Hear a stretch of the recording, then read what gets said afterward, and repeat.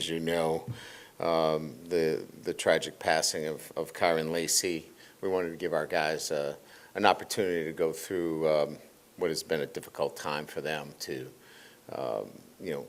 certainly it's a process for them, and the grieving and shock and certainly the disbelief. We wanted to give them some more time so you can understand why I'm standing here in front of you. I understand that you want to get to those guys, but we're going to give them a couple more days, and then you'll get them on Thursday. So with that, any questions?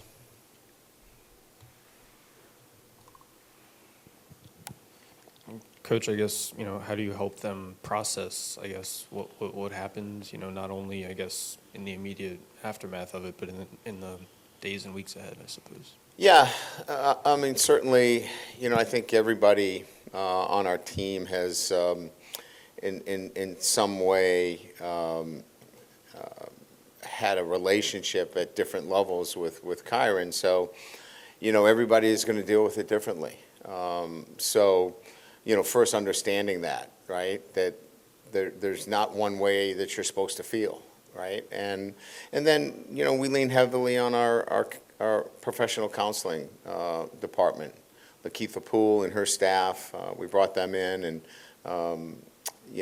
having that resource here, allows for them to, seek out that one-on-one kind of conversation that some may need. And like I said, there were different relationships that Kyren had. Some were very, very close. Some didn't know Kyren at all. So, but you want to provide, the opportunity for your players to have those resources if, in fact, they do need them.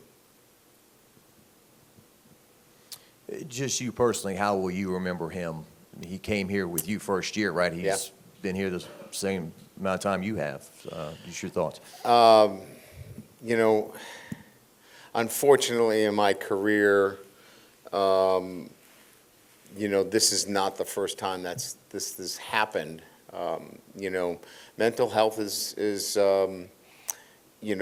part of one of the facets of player development that you're working with in my field. And unfortunately, it's happened before, and I never take a situation like this as one that could never happen. You're always on guard for it.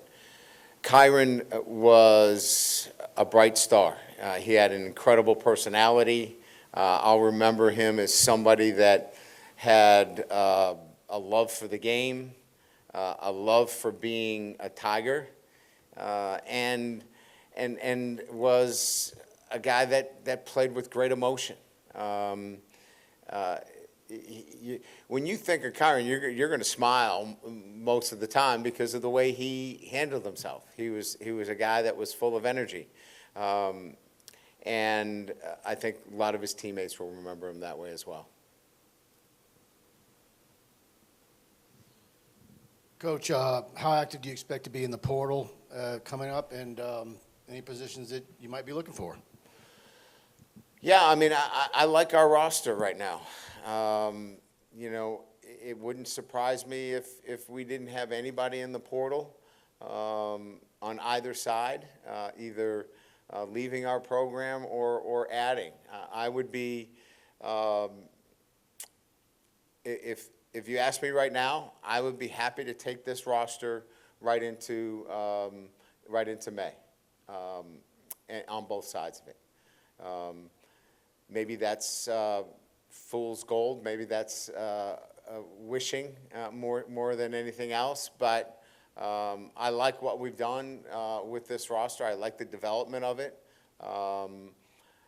Not all of that is in my control, obviously. But I can tell you we're not actively saying we got to have this, we got to have that. We feel good about our roster. If something shows itself that is an incredible opportunity, we're certainly going to investigate any time that we can help our football team. And so we're always going to be looking to help our team, but it's not like it was obviously in January. Yeah, Coach. Nick Anderson was a guy that maybe was coming along a little bit slower at the beginning of spring, but really looks like the last couple of practices we've been out there, he's kind of ramped things up a little bit contact-wise. Just what's that process been like with him this spring, and how, I guess, healthy do you expect him to be going into the summer? Yeah, I would agree with you. I think your assessment is right on. I think he was a little slowed by an injury that was lingering. We just wanted to be patient with him. Nick's a smart kid. He knows his body. He's not a guy that you have to push and say, hey, get out there. When he's ready, he's going to go compete. I think he just has a maturity about him that you don't have to worry about. Nick, when he's ready, he's going to go. He's going to compete. And as he's gotten healthy, you can see the kind of presence that he has. He's big, he's physical, he's athletic. I'm excited about him. I think he's going to be a guy that's going to win some key one-on-one matchups for us with his physicality, in particular some of those one-on-one key third down matchups that you need. So it's nice to see him rounding into form as we get late here into spring practice. Coach, over here. You said after Saturday you'd look at the tape and get a better idea of judging. If you could give us an assessment of what you saw, where you feel like you're at right now at this point in the spring, especially with the 16 new portal guys. And secondly, how do you determine how much live scrimmaging you do versus thud? And do you feel like you don't hit as much? And obviously that first game, you worry about tackling that first game, but how much hitting and live hitting, you happy with the physicality on both sides of the ball?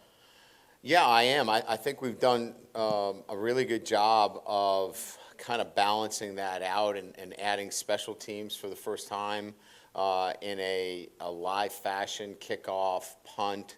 I haven't done that in, I can't remember.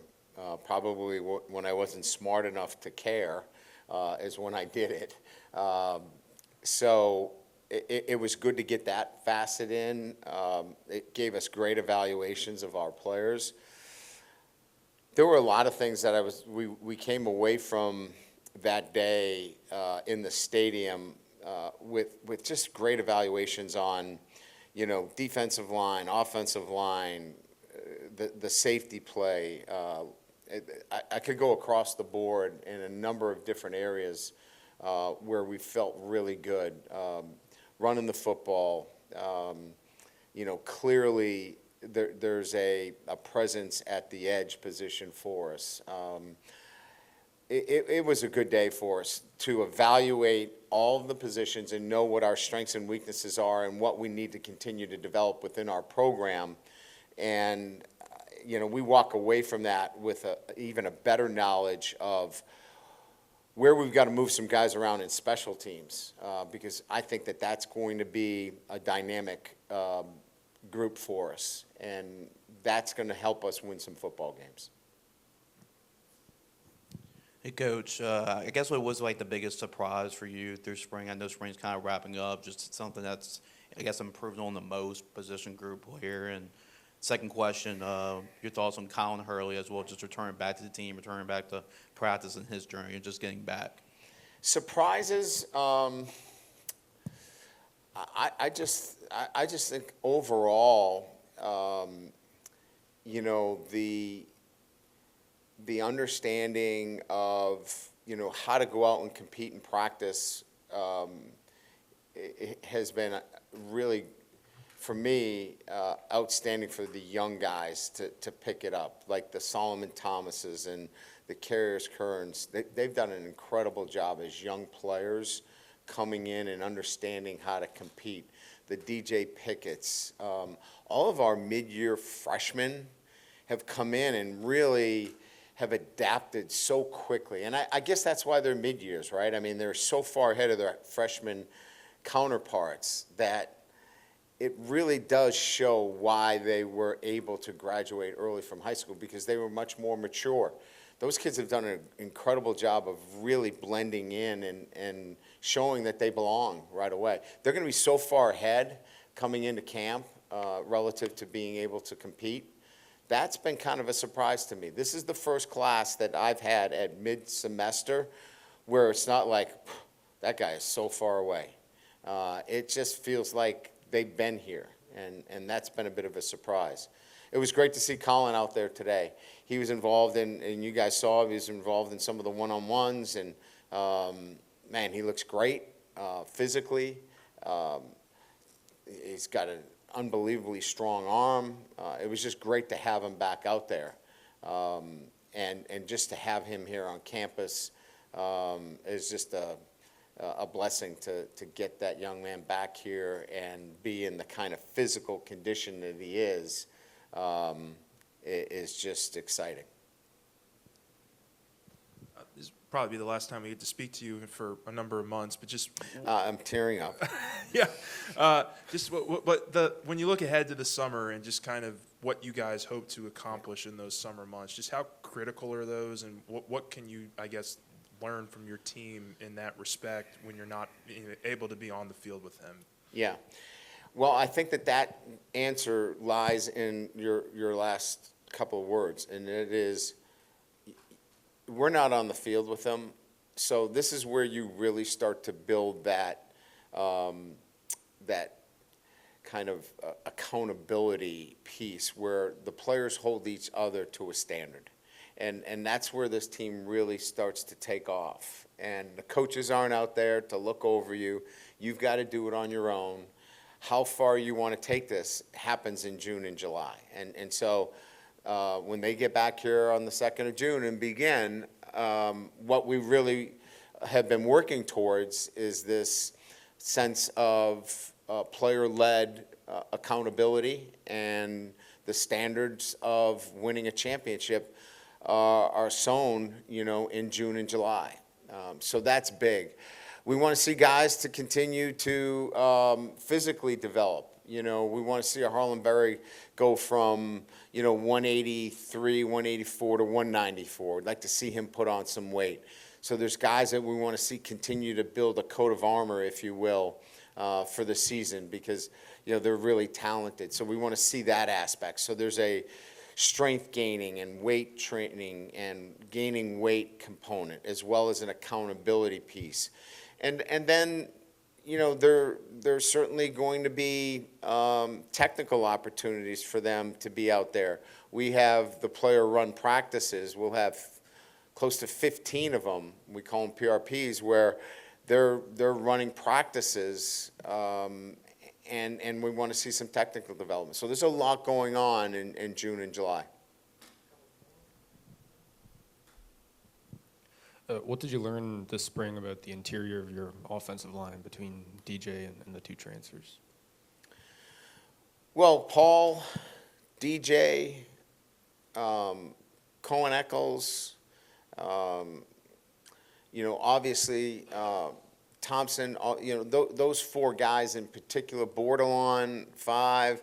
I mean, we got 5, 6 guys that can compete in there and help us win. We're just going to have to find out what the right combination is, because this, as I said this, I think, after the game, it wasn't really about who's the starter, it's about what's going to be the best 5, what that combination. And we can get to the best 5, that's easy. But let's get them in there and really develop them. And I think what we feel like we leave the spring with is really good depth. I mean, we're going to have great depth on the offensive line. Now it will be about, all right, who are those starting 5? And that will be established as we go into preseason camp. Last one, John? Yeah, I don't know if it was just the drills you guys were running, but wide receivers contributing in the running game. I mean, Aaron Anderson, Xavion. I didn't see that. You didn't see? Okay, I didn't either. See any of that. Did you guys see any of that? I missed that. Wide receivers are supposed to catch the ball. That's all they do. Thanks, guys. Appreciate you. Cheers.